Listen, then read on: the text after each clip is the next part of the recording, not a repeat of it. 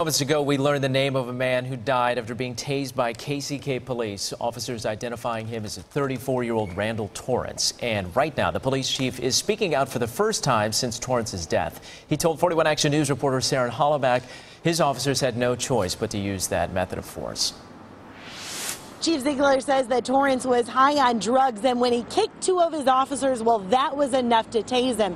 But for his mother, it was a move that made her lose her only son. Barbara Torrence can't hold back her tears. Randy was her everything. To me, you did nothing but take my son away from me. I cannot handle that. He was the only thing I had left.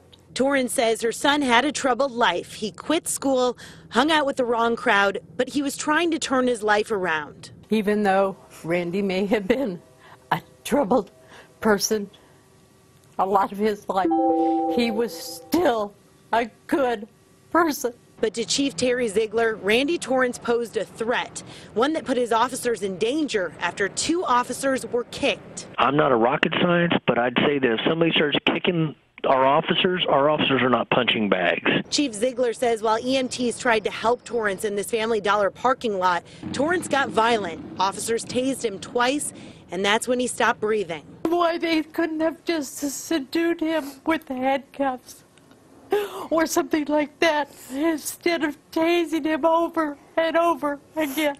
When asked if his officers were too forceful, Ziegler says his team has to use their discretion, and when a person is acting irrational, it can be dangerous. And I guess if the public wants us to, we could just walk away from them and let them go down the street and act crazy.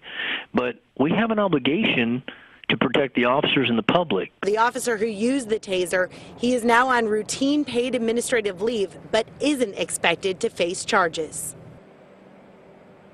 And as you can see, we're standing outside of the police department right now. We asked them to share their policy that they use when they decide whether or not to use force. They said that they don't want to release it to us because they don't want anyone to know about their tactics and have an arm up on them in the next time that they come to having to use something like a taser. But we know that other local police departments have released their policies to us. Reporting live in Kansas City, Kansas, I'm Sarah Hollenbeck, 41 Action News.